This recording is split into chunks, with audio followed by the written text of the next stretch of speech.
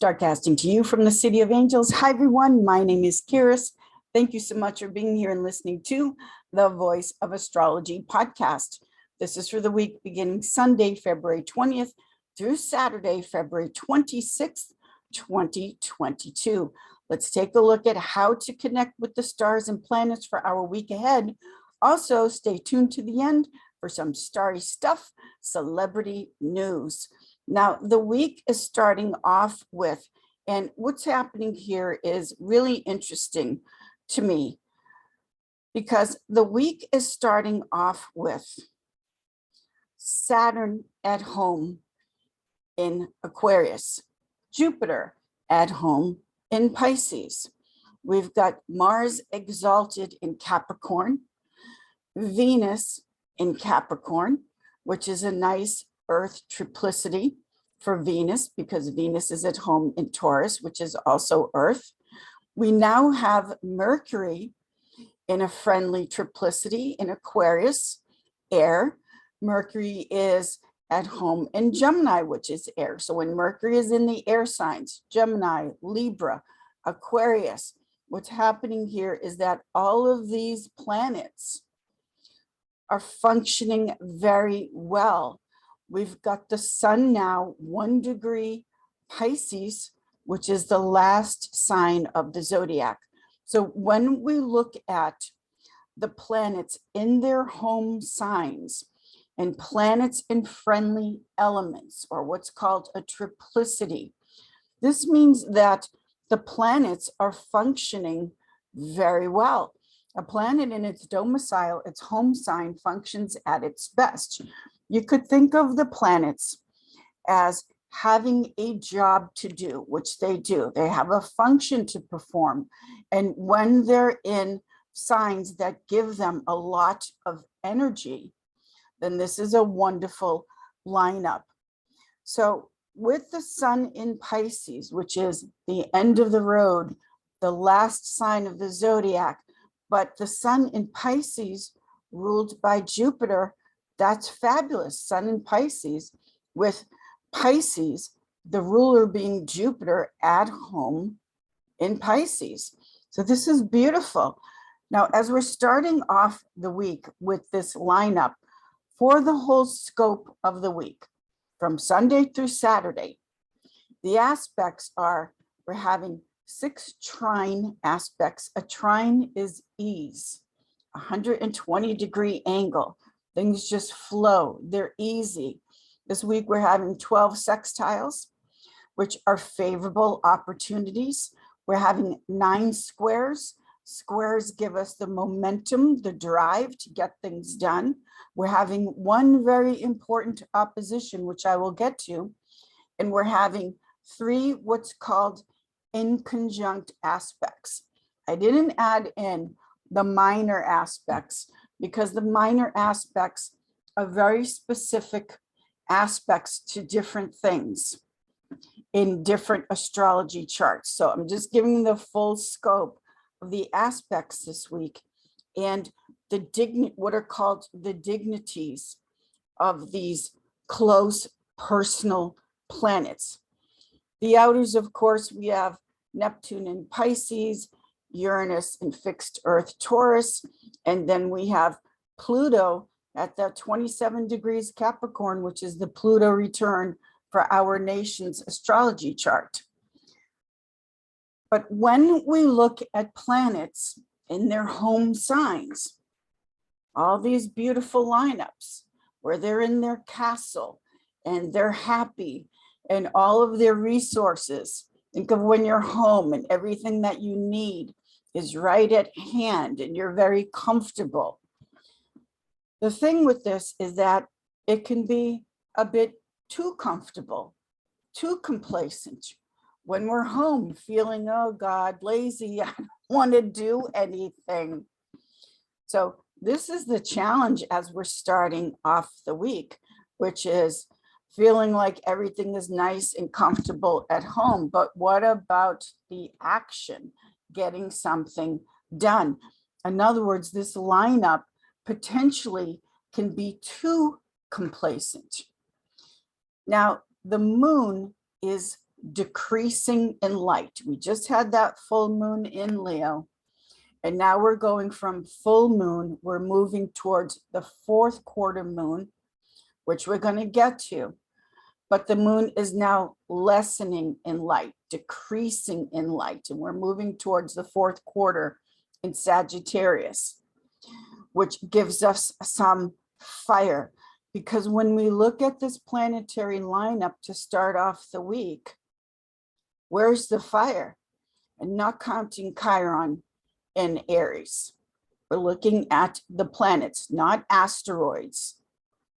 So when we look at this lineup where all of the planets that have a job to do and they're nice and home and comfortable are in a friendly triplicity, what about getting something going?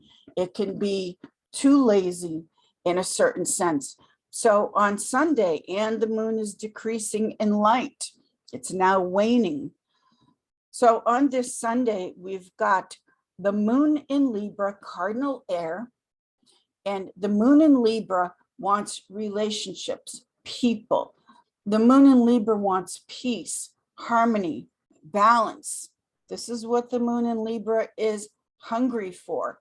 The moon in Libra on this Sunday, the 20th, makes square aspects to Venus, Mars, and then Pluto in cardinal Earth, Capricorn. So with cardinals, we could say there's a sense of hurry up, impatience. And with this moon in Libra making those squares, the impatience or the wanting to move quickly is for relationship. And cardinal can move too quickly or jump to conclusions too soon. But at least we have some squares on this Sunday with the moon in Libra making squares to Venus, Mars, and Pluto in Capricorn.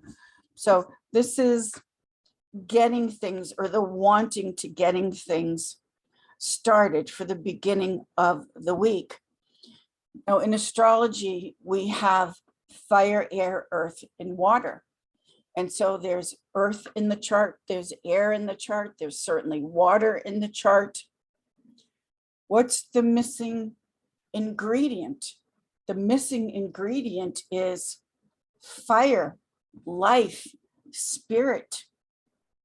Without that fire, which is happiness, excitement, joy, and the moon decreasing in light, and all the planets very comfortable, meaning I don't want to do anything. The square aspect with the moon in Libra ruled by Venus, which is the wanting of peace, harmony, and relationship, making those square aspects to cardinal. This is at least giving the impetus, the frustration, the annoyance, we could say, to start and get something done. How you channel that energy is very important, because when we go into the beginning of the week, the moon will go into its fall of Scorpio.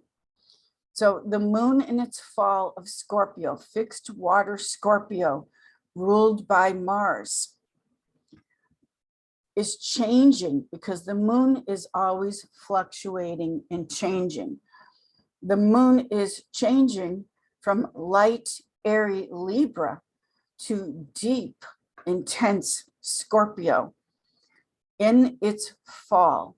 And the moon in Scorpio will start to make water trine flows to the sun in Pisces, to Jupiter in Pisces, Neptune in Pisces.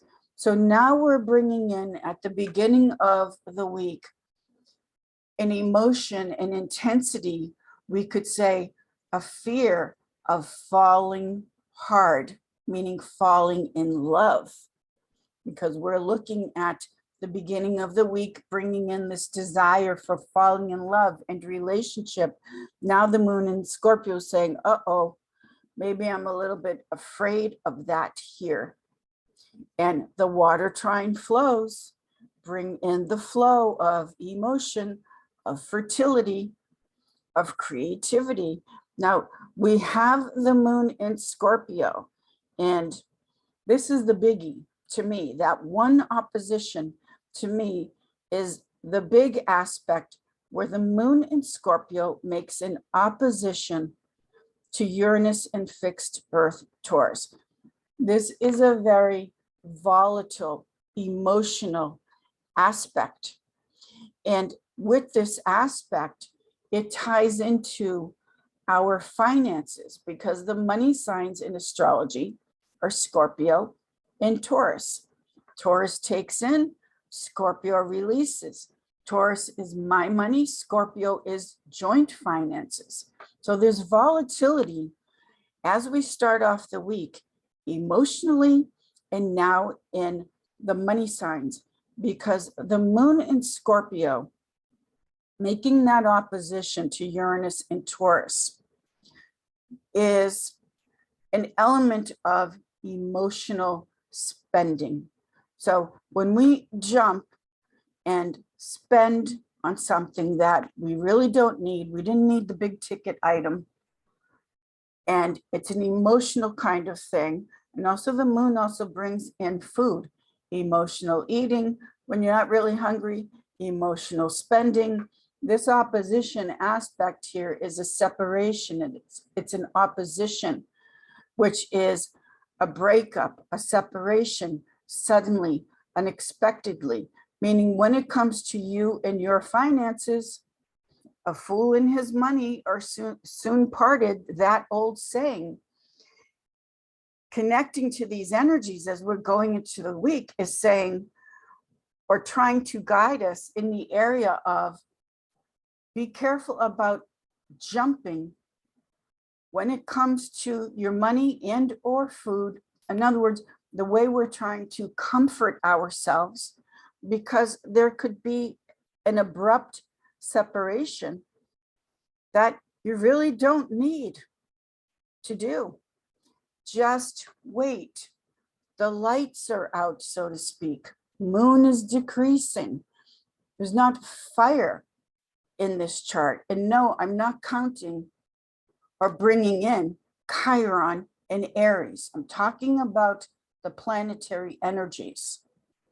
So when you're trying to find that momentum and you're impatient and wanting to get something started, Moon and Libra making those squares, and you're really having a desire for relationship and love, and then the moon takes a nosedive in fixed water, it's fall Scorpio, making an opposition aspect to Uranus, which is sudden, erratic. Uranus is a planet that has a very erratic pattern in movement. So it seems to come out of the blue. You weren't planning on it. And this is tying into the money signs. And also we have to bring in emotion, the moon, which is food. And also Taurus very much ties into food and the body. This is saying, just wait a moment. Just wait a moment. Don't be separated from something that you would regret later on. Hold on. And then on Tuesday, after we get that moon opposition Uranus, we get the water trine flows. The moon in Scorpio makes nice sextiles, 60-degree angles of opportunity to Venus and Mars, but the moon in Scorpio also makes a square to fixed air Aquarius, Saturn. So when we have that moon in Scorpio square Saturn, this brings in issues having to do with wanting success, wanting to achieve something great. And because we look at Saturn here in Aquarius in its home sign, we're looking at bringing in the parental influence of what you are taught, what you were brainwashed to believe, what success is, what you should want, even though you might not really want it, but it's a square aspect. It gets things going. It brings in that energy, that momentum. Still no fire though. As we go into Wednesday, the 23rd, and now we're moving towards the fourth quarter moon. Fourth quarter, that last quadrant that goes to the fourth quarter crossover point on the journey to the new moon.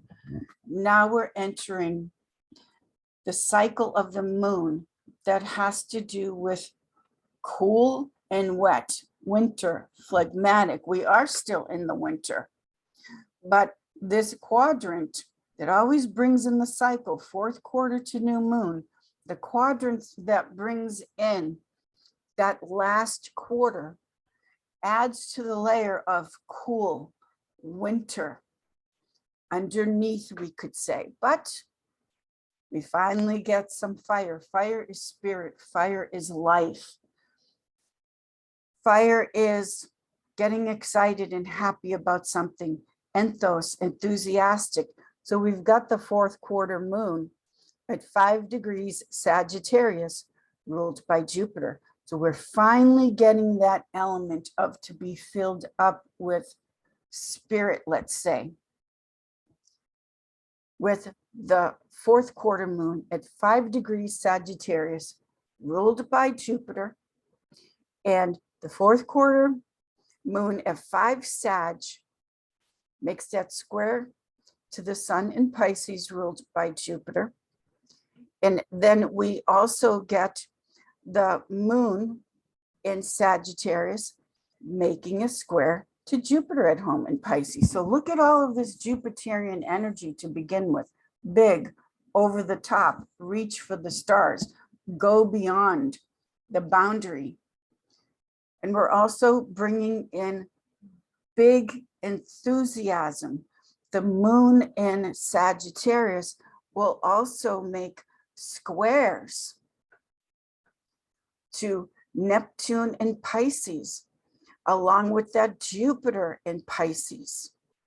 Now, with the moon in Sagittarius making that square to Neptune on Thursday, which is Jupiter's day, we're looking at aspects here where one, Sagittarius and Jupiter brings in the news, publicity, social media, a lot of jive talking, over the top. As always, we should be very cautious as far as believing what we're seeing in the news, because this is way over the top with this moon in Sagittarius making squares to its ruler, Jupiter, and then Neptune. The square to Neptune can bring in confusion, illusion, fantasy. And so we have the fire which we need, finally some fire, but that fire can get too fired up, too overboard when we're bringing in Jupiter Sagittarius. I want to go back to the sun in Pisces for a moment, because Pisces is the end of the road, the last sign of the zodiac. Pisces in astrology rules the feet. We start at the upper chakras, the head, and bring down the energy astrologically, every planet representing a different area of the body that has a job to do. When we get to Pisces time, and Pisces having to do with, it's been a long road. Do you want to keep going? Should you keep going? How will you keep going? Pisces, we could think of Pisces because it's right before the spring equinox. Pisces can be that darkest hour before dawn. Also because Pisces rules the feet in astrology.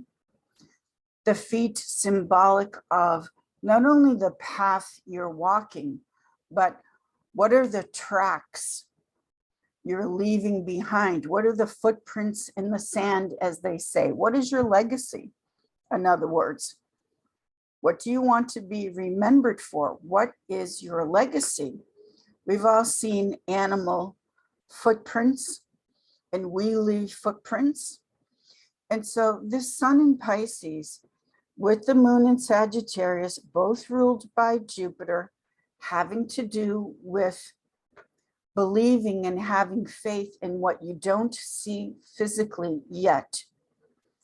It brings in that component, that energy astrologically of what do you want your legacy to be? What are the tracks you want to make and potentially leave behind you?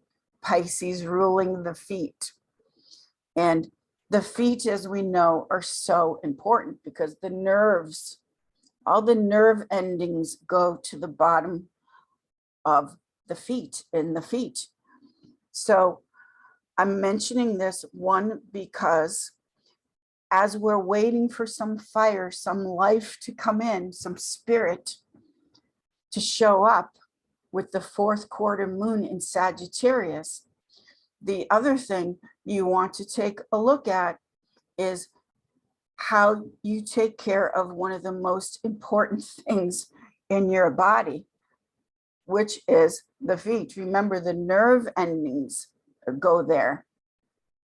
And also, that's on a physical, but on a symbolic, what are the footprints you're leaving behind or want to leave behind?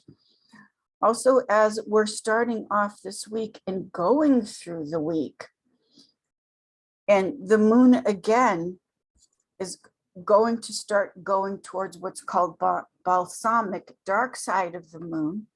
This is the preparation time of how you want to move forward. What are the new tracks you want to create as we're approaching that full moon? And this is something to take a look at with how do you want to walk, move forward? That's basically what this means. And we now have the fire element with that fourth quarter Sagittarius to do so.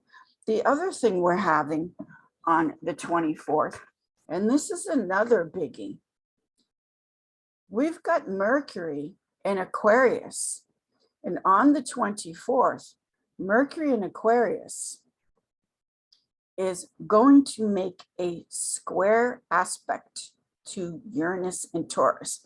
We had the opposition earlier in the week with the moon in Scorpio opposing Uranus, but now Mercury, and Mercury is the trickster god.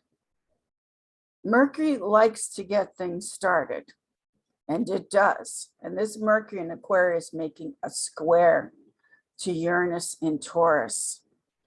This is volatility in the market. It's just a sense of not only volatility, but disorder, chaos.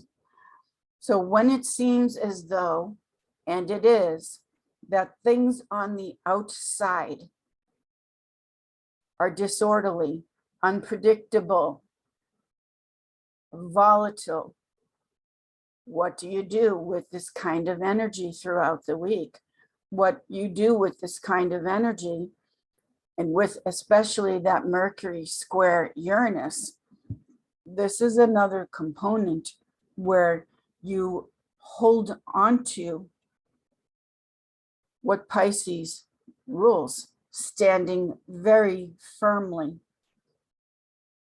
your feet planted and centered on the ground, knowing who you are, knowing where you're going to, knowing how you're moving, walking forward, how you want to move forward, what you want to carry with you, the tracks you're leaving.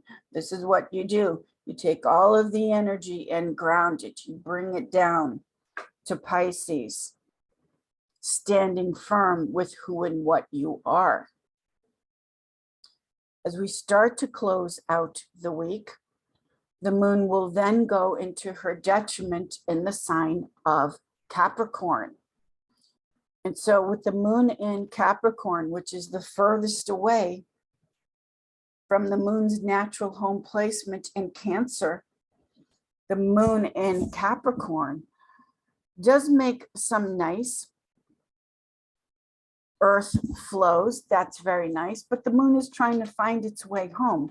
Again, notice the theme of the energy this week with the moon in Capricorn making a sextile to the sun in Pisces, which is very nice. That's our sextile opportunity.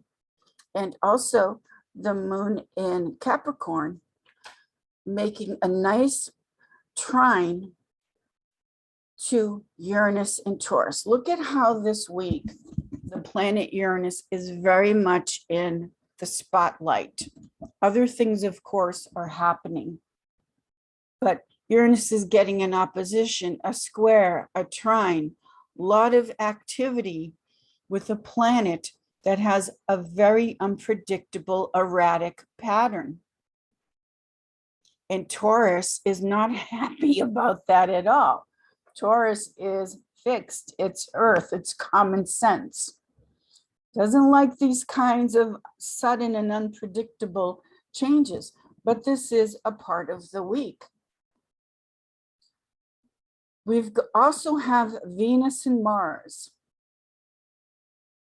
moving together in conjunction by degree. Now, Venus and Mars are the romantic planets, but they're in the sign of Capricorn. So when we look at Venus and Mars, the love planets, in a sign that has to do with tradition, the way it's always been done. Capricorn rules over the elderly, something that is tried and true, old. One of the things that's connecting into this week is Venus and Mars in a sign that has to do with restriction, limitation. This is Saturn.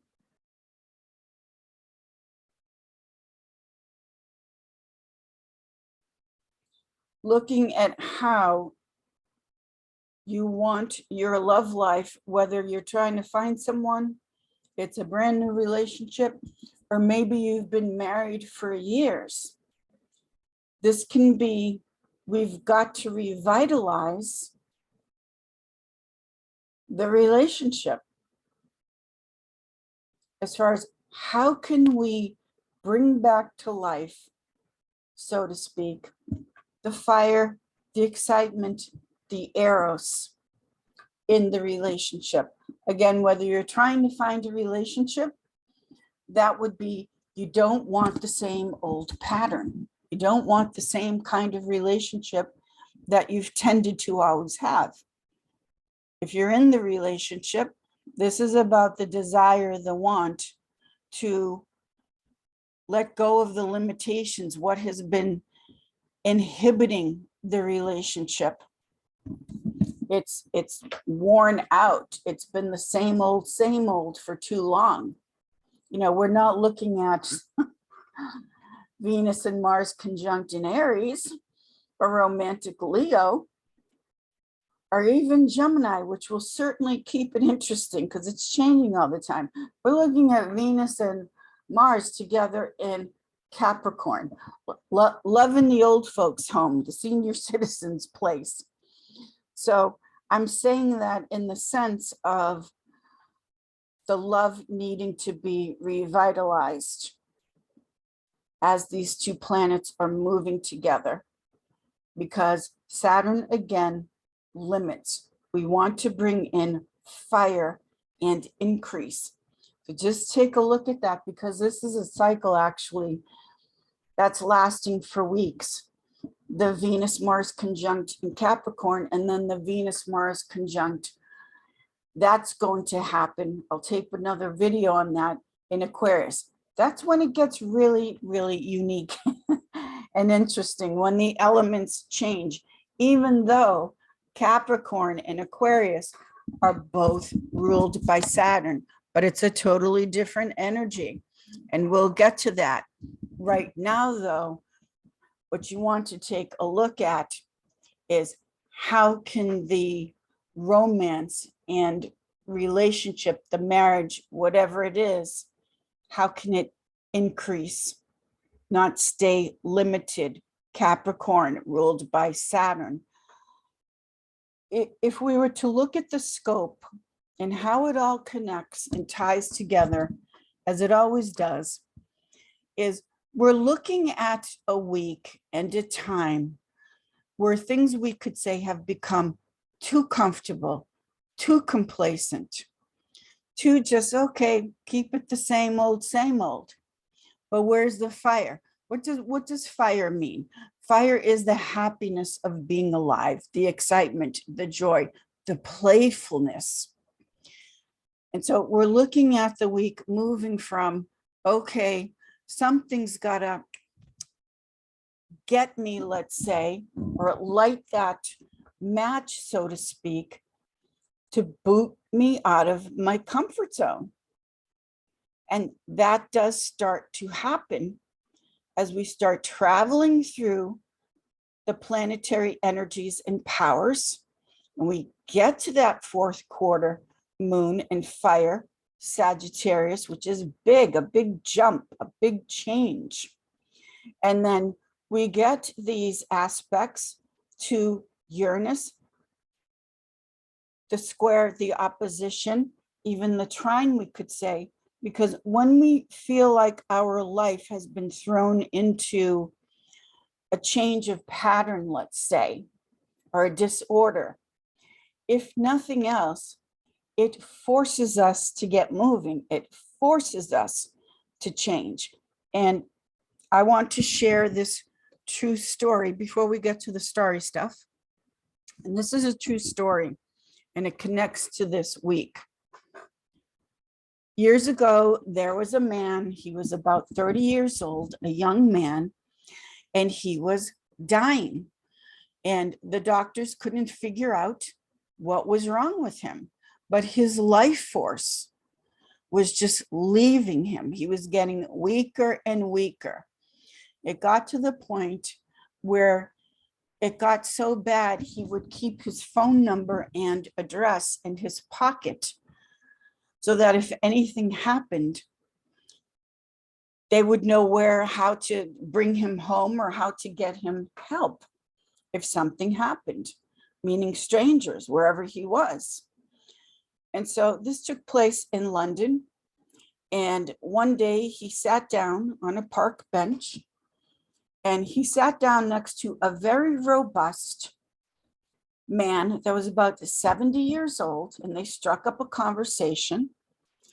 And the young man told the older gentleman what was going on. And the older gentleman, that was very healthy and vibrant, he said to the younger man, and this is a true story, it's written in a book, and it's something, The Shaman, I can't remember the exact title right now, but the older gentleman said to the younger man, if you do what I say and take my advice, I promise you that within 1 month, you'll have your health back.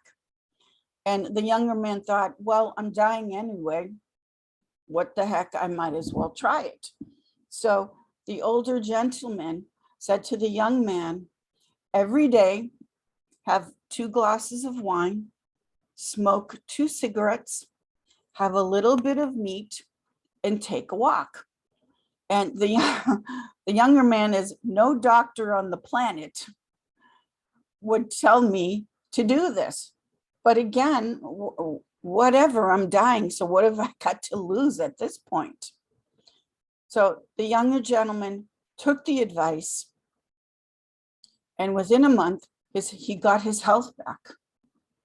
And this set him off on a journey. The younger man wanted to find out what the heck just happened. I did everything wrong that no doctor would tell me to do. And I got my life and my health back. And basically, what this younger man found out, because he went on a journey to find shamans, holy men, holy people that would try to explain to him what went on there. And what he basically found out on this journey is that the shamans let him know that our spirit starts to die when we stop enjoying life, when we're not having fun, when we stop playing, when we stop enjoying, your spirit will die. It will start to deplete. Your spirit needs spirit, fire.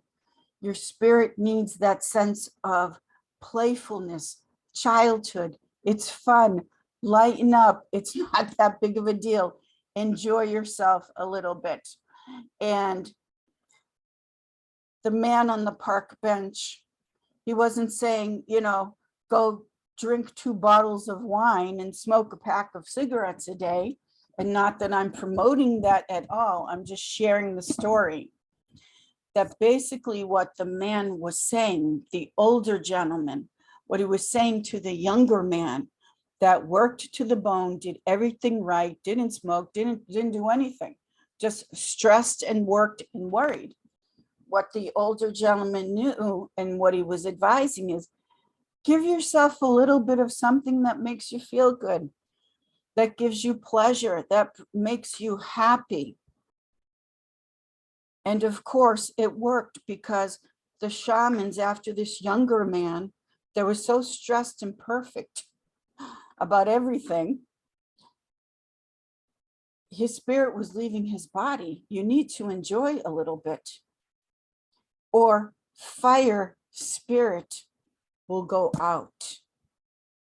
And I'm sharing this story because if somewhere in your life you're not having any fun, and it's been the same old in the relationship, including all of your relationships, not just the romantic love marriage relationship. Venus, Mars conjunct in Capricorn, Saturn, limitation. Where's the fun? Are we turning every relationship into a business, into a working relationship? Where do you have people in your life where it's just about being silly and having a good time, and the happiness and joy that brings you, and even more importantly, where it gives you life force, spirit, fire? This is what needs to come in. Venus and Mars, that's all acting. Mars taking action on things that give you pleasure. Venus, amusement parks, laughter, food, enjoyment, fashion, whatever happiness, when it's not about work. Saturn, Capricorn, when it's not about work, bring that into your life. So this is a true story. The man was young. He was only about 30 years old and was doing everything that he thought was right and healthy and perfect. And the doctors, the traditional doctors, couldn't figure out, why is this man losing his life force? And so that man on the park bench in London, to me, he had to have been a shaman, along with just some good common sense. Enjoy your life a little bit. Do something that makes you happy, that makes your heart sing.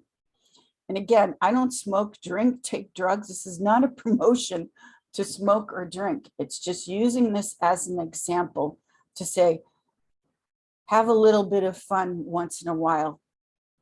It's good for the soul. It's good for the spirit. We're in Pisces time, which is the last sign of the zodiac, end of the road. All Pisces goes through all the signs and lessons and tests of all the other signs. It's right before springtime, that renewal, the sun exalted in Aries. It's all fresh and new. It's youth. It's the youngest. So what do you have in your life where it's not about work at all? It's just fun. That's that fire. Fire is spirit in astrology. And nobody can live without their spirit.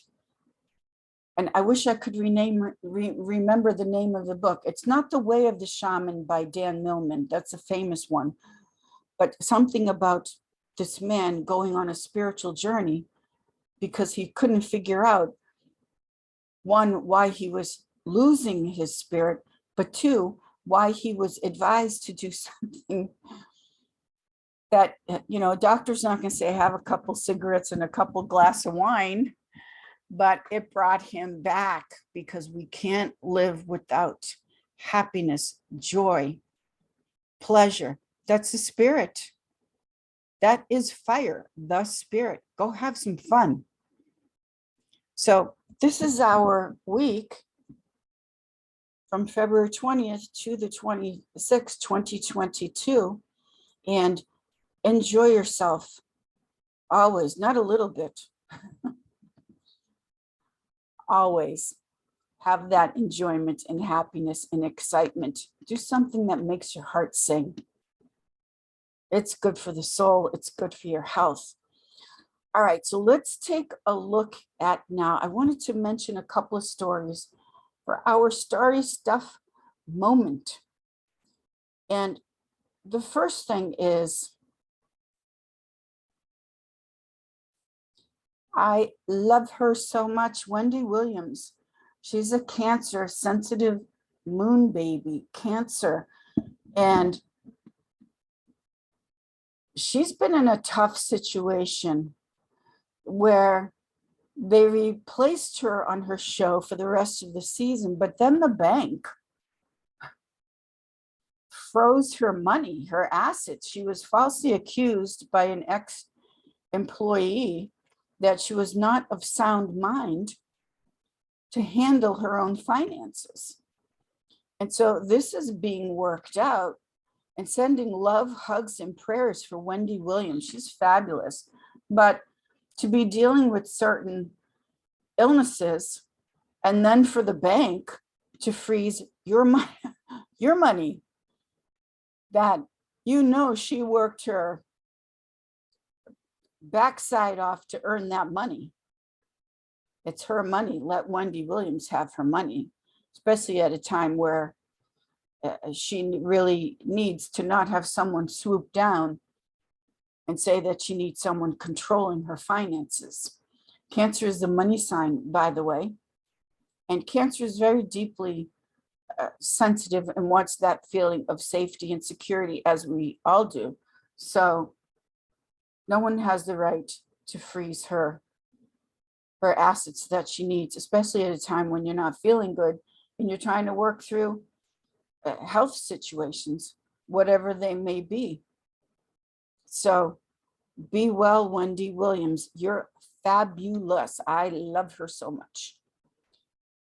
The other thing I wanted to mention is this is something else. I was just looking at the charts this morning, and Bob Saget, a Taurus, I was looking at his birth chart and other charts, and I think this needs to be reopened, the investigation as to what really happened.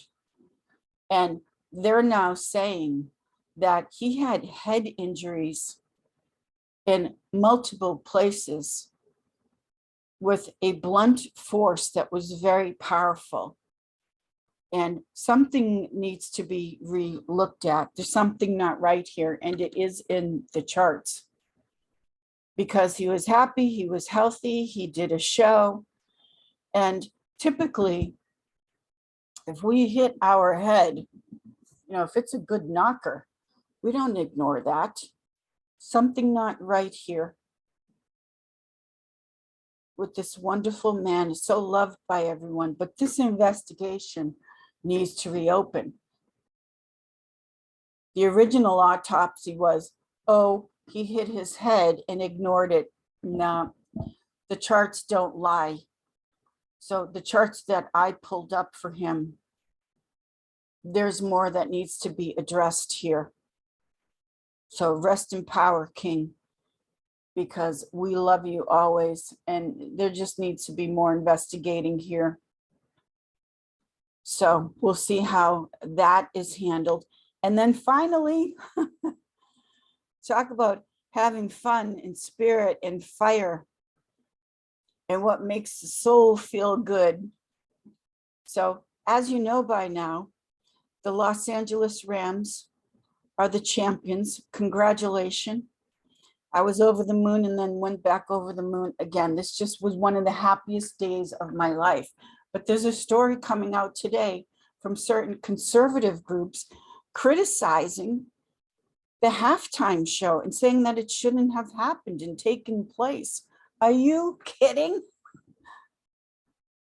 Best Super Bowl, best halftime show. Dr. Dre, the Godfather, he had a brain aneurysm about a year ago and came back to health, thank God, and then made history at the Super Bowl. Snoop Dogg, I haven't seen him look this happy since Kobe Bryant passed. He just looked like he was having a ball. And Mary Blige, oh God, she brought me to tears. She put blood on that dance floor. She just put it all out there. Incredible.